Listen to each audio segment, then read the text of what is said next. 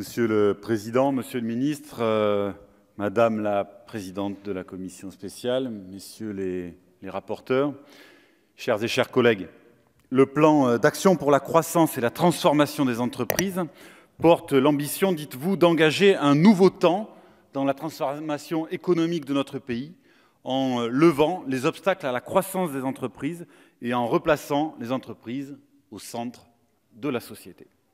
Qu'on ne s'y trompe pas, derrière ces formules creuses comme des calebasses desséchées, il ne s'agit pas de contribuer à la transformation démocratique des entreprises afin de les rendre socialement et écologiquement plus responsables. Pourtant, l'entreprise, avez-vous dit, Monsieur le Ministre, ne peut plus être uniquement le lieu de la réalisation des profits. Bel effort sur vous-même. Les mots sont doux, mais les actes sont où? Votre texte a une philosophie, vous nous l'avez dit. Vous ne l'avez pas toujours explicitée, tant elle va de soi. Nous la connaissons, puisque c'est toujours la même. Libérer les forces de l'argent de ce qui entrave leur pouvoir. Votre projet tient en 3 mots. Privatisation, dérégulation, déréglementation, et cela rime avec régression. La quête de profit reste votre boussole, et le gouvernement actionne pour se faire les mêmes leviers que ses prédécesseurs en organisant l'impuissance publique. Vous faites une grave erreur de diagnostic, comme si le droit était la cause de l'explosion du chômage, des inégalités, de la précarité ou encore du mal-travail. Ainsi, en supprimant les règles, on relèverait mieux les défis sociaux et environnementaux immenses auxquels notre pays, l'Europe et le monde sont confrontés. Ces politiques n'ont jamais produit de résultats positifs. Elles ont seulement contribué à jeter des millions de nos concitoyennes et concitoyens dans l'angoisse du lendemain. Votre projet de loi, d'abord, organise l'impuissance publique. Le gouvernement prolonge aujourd'hui le travail entamé par Emmanuel Macron sous la précédente législature. Il y a quand même un peu de continuité dans tout ça, avec la privatisation des aéroports de Nice, Toulouse et Lyon. Cette fois, il est prévu de lever les contraintes légales qui obligent l'État à détenir la majorité des parts d'Aéroports de Paris, aéroports qui constituent des équipements stratégiques et qui ont évidemment vocation à être placés sous entière maîtrise publique.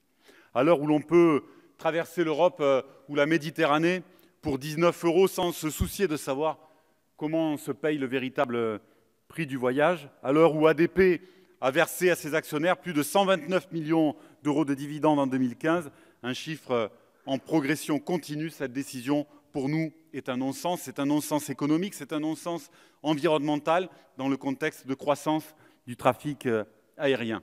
Cela ne sera pas non plus sans conséquence pour Air France, dont les aéroports de Paris sont le hub national. La vague de privatisation des grands aéroports mondiaux constitue un motif d'inquiétude au point de susciter une mise en garde officielle de l'Association des compagnies aériennes internationales, pourtant peu suspectes d'antilibéralisme économique. Le désengagement de l'État de la Française des Jeux porte un coup à la nécessaire régulation républicaine des jeux d'argent, avec de faibles précautions face à l'amplification des conséquences pathologiques de l'addiction aux jeux. L'ouverture du capital va se solder par une diminution de 50% de la participation de l'État, réduisant d'autant les dividendes perçus, 90 millions d'euros par an. On est dans un scandale du même acabit que celui de la privatisation des autoroutes. À l'heure de la transition écologique, vous supprimez également l'obligation pour l'État de détenir plus de 30% du capital de GDF Suez et vous ouvrez le capital de GRT Gaz. Vous allez encourager le groupe à geler les salaires, à détruire des emplois et délocaliser au détriment de la pérennité, de la qualité et de la sécurité du service rendu, du service public. En réalité, vous vendez, Monsieur le Ministre, les actifs pour combler le trou creusé par vous-même par la suppression de l'impôt sur la fortune. Nous devons, au contraire, nous doter de leviers efficaces pour intervenir, mais vous préférez une fois de plus vous en remettre à l'aveuglement avéré du marché à vide, en servant au passage les chasseurs de dividendes et au capitalisme triomphant dont il nous a été fait tout à l'heure, Monsieur le rapporteur général, le récit merveilleux. J'ai quelques titres à vous proposer pour le récit que vous nous avez fait tout à l'heure. L'histoire avec une fin, Oui, oui et le garage extraordinaire, Tintin et le gentil capitalisme, mais pour nous, vous l'aurez compris, le capitalisme est un système injuste et prédateur. Concernant la Poste, Vous nous vantez désormais les mérites d'un pôle financier public alors qu'il ne s'agit pour l'heure que d'un bricolage. Alors qu'en 2010, il avait été annoncé que la société anonyme La Poste resterait propriété de l'État, la Caisse des dépôts devient aujourd'hui l'actionnaire majoritaire. Les organes de direction de La Poste sont réformés pour les rapprocher de ce que prévoit le droit commun des sociétés. Corrélativement, la Banque postale devient, à la place de la Caisse des dépôts, le principal actionnaire de la Caisse nationale de prévoyance pour se calquer sur le modèle bancaire privé, mais avec quelle ambition d'intérêt général? La clé de ces modifications est donnée par une autre disposition de la loi Pacte, l'assujettissement de la CDC à la surveillance de l'autorité de contrôle prudentiel et de résolution qui fait entrer la CDC dans le régime commun des banques commerciales. Et la nouvelle entité, avec ses plus de 10 milliards de bilan, 1000 milliards de bilan, risque de passer sous le contrôle direct de la Banque centrale européenne, comme les autres groupes bancaires systémiques européens. S'agit-il ici de contester la dictature des marchés financiers sur l'économie, de faire pression sur les banques ordinaires pour qu'elles cessent de financer les OPA, les LBO, les placements dans les paradis fiscaux et pour qu'elles accordent des crédits aux investissements qui favorisent l'emploi, la formation, la création de richesses dans les territoires, l'écologie? Évidemment non. On frémit en pensant d'ailleurs au péril que vont courir ces institutions, chargées notamment de la gestion de l'épargne populaire, des services bancaires de proximité dans les territoires, d'un rôle stratégique dans le financement des collectivités territoriales, du logement, des PME, des infrastructures de transport et de communication. Comment seront respectées les missions d'intérêt public de la CDC? Comment sera respecté l'objet d'un livret A, socle de l'épargne populaire, placement qui fait aujourd'hui perdre de l'argent à des millions de Françaises et de Français? Vous envisagez la restructuration des institutions financières publiques sans remettre en cause la domination des marchés financiers. C'est ensuite un projet de loi de dérégulation. Le texte prévoit que les seuils soient franchis 5 années civiles consécutives avant d'induire de nouvelles obligations liées au seuil, notamment pour l'installation des institutions représentatives du personnel. Il supprime le plafond de 20 salariés pour bénéficier d'un dispositif simplifié de déclaration et de recouvrement de cotisations et de contributions sociales. Cela touche le financement de l'allocation de logement. Il faudra également atteindre 50 salariés pour l'obligation d'établir un règlement intérieur dans l'entreprise. Vous relevez le seuil de 200 à 250 salariés pour l'obligation faite à l'employeur de mettre un local syndical à disposition des organisations. Actuellement, chaque actionnaire peut connaître la rémunération globale versée aux 5 plus grosses rémunérations si l'entreprise a moins de 200 salariés et aux 10 plus grosses rémunérations si l'entreprise a plus de 200 salariés. La loi prévoit également de relever ce seuil à 250. Ces mesures traduisent, Monsieur le ministre, une obsession, celle de répondre le moins possible à des exigences publiques et sociales et de rendre moins de comptes demain qu'aujourd'hui. Ces mesures sont aussi dangereuses qu'inefficaces. Dans une étude de 2011, l'INSEE a fortement relativisé l'impact des suppressions de seuil sur la taille des entreprises et les créations d'emplois.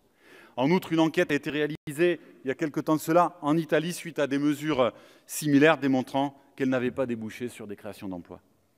A l'inverse, cette réforme aboutira sans nul doute à une réduction des droits sociaux pour les travailleurs des petites entreprises, accroissant les inégalités. Il s'agit d'une vision dangereuse qui conduit à sacrifier les droits des salariés au nom d'une prétendue efficacité économique. Si vous y croyez encore, c'est que vous êtes sous hypnose. On se souvient que sous la précédente mandature, Emmanuel Macron avait tenté d'ouvrir la voie à la suppression de l'obligation de qualification pour certaines activités artisanales dans la volonté affichée de tirer de nombreux métiers vers le bas. Pour stimuler l'entrepreneuriat individuel, le gouvernement nous propose cette fois de supprimer le stage de préparation à l'installation, comme si la gestion d'une entreprise pouvait s'improviser. Or, les entreprises dont les créateurs ont suivi des cours de gestion ont un taux de 75% de survie à 3 ans, contre 50% lorsque leurs créateurs n'ont pas suivi ces cours. Or, le SPI vise à protéger non seulement le jeune entrepreneur, mais aussi ses clients, ses fournisseurs et tous ses autres partenaires.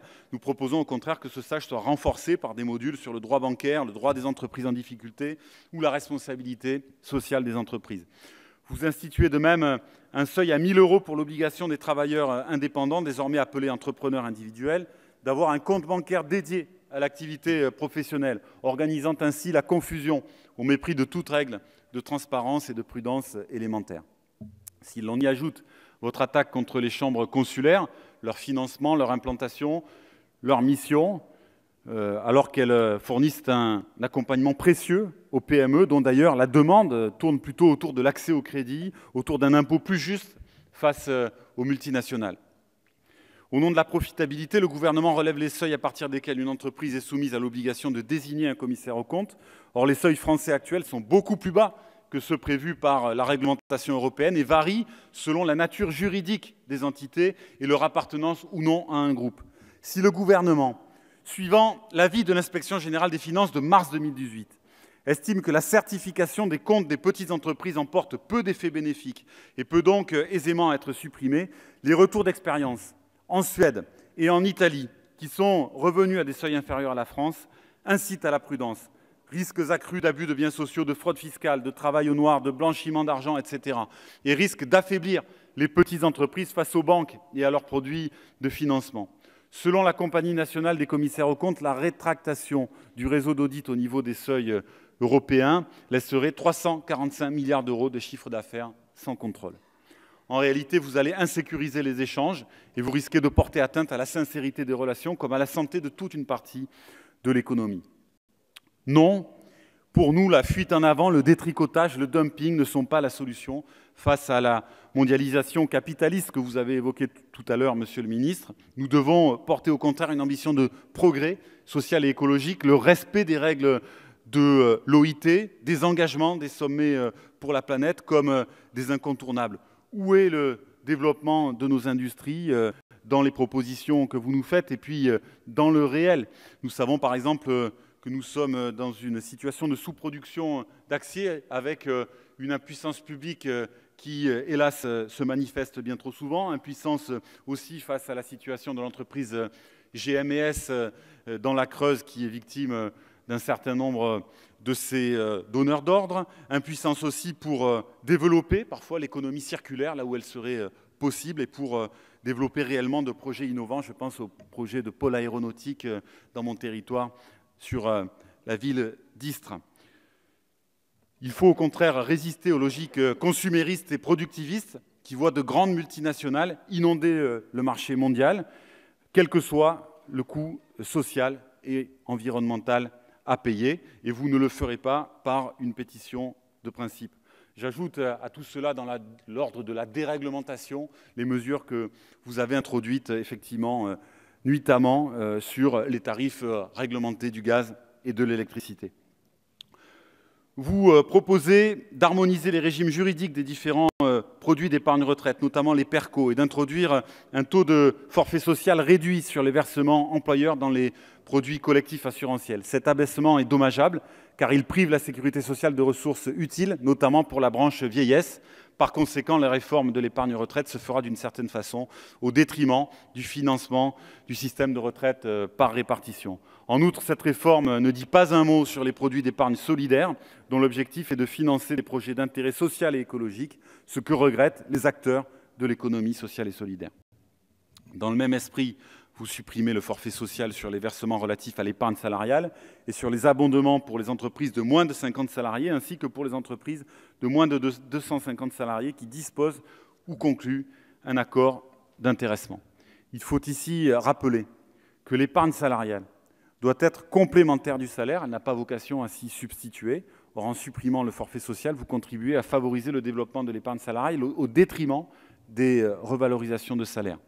Nous refusons qu'elle constitue dans son application un instrument d'évitement du salaire et une nouvelle niche sociale, alors que le montant des exonérations de cotisations sociales s'élève déjà à 46 milliards d'euros par an.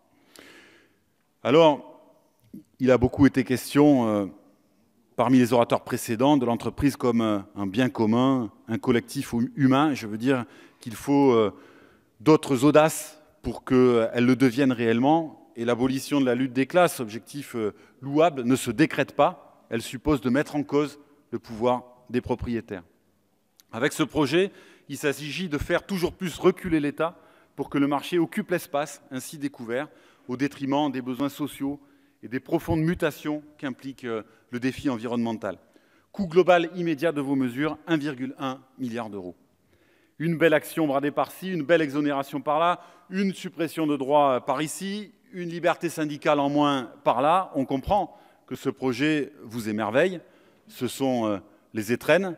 La loi Pacte n'est en réalité qu'un grand coffre à jouer. Vous avez mis tous les joujoux libéraux oubliés à Noël. Un beau kit pour ceux qui voudraient s'improviser un apprenti sorcier de la finance. Nous avons un certain nombre de propositions que nous ferons valoir et que j'ai déjà esquissé dans mon propos. L'encadrement des rémunérations dans une entreprise, des nouveaux pouvoirs pour les salariés dans la gestion, un droit de préemption pour les salariés, une modification de dispositions pour ce qui concerne les relations entre donneurs d'ordre et sous-traitants, l'interdiction des LBO, etc. Je pourrais en citer d'autres.